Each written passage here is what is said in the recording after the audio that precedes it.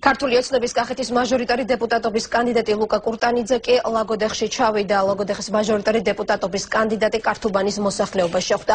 ადგილობრივებმა მაჟორიტარობის კანდიდატ სოფელში არსებული პრობლემები გააცნეს. კურტანიძე მოსახლეობას დააპირდა, რომ ივანიშვილის მიერ მათ დასახმარებლად გადარიცხული 80 მილიონი აუცილებლად მოხმარდებათ და ამ პროცესს ქართული ოცნება მკაცრად გააკონტროლებს. ამ ადამიანებს ჩვენ შევხვდით და ვეუბნებით. ის 80 მილიონი, რომელიც ბიზნე ივანიშვილმა გადარიცხა ამ ადამიანების დასახმარებლად. ეს თანხა უნდა მივიდეს თითოეულ ოჯახში და როგორ?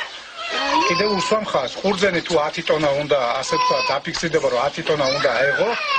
1 კილოზე მინიმუმ 1 ლარი უნდა აუნაზღავროს სახელმწიფო. მე დანამდვილებით ვიცი, ნახევარი სოფელი, აი ამ ნაწისქვილაში თქვენ გიჭერთ შინაგანად არიან თქვენთვის მოწოდებულები, მაგრამ ისო იმ პენსიონერს რაღაცა მოუმატეს, ეს ვერავინ ვერ გამოდის შიშით და იმით, რომ აი მე რაღაცა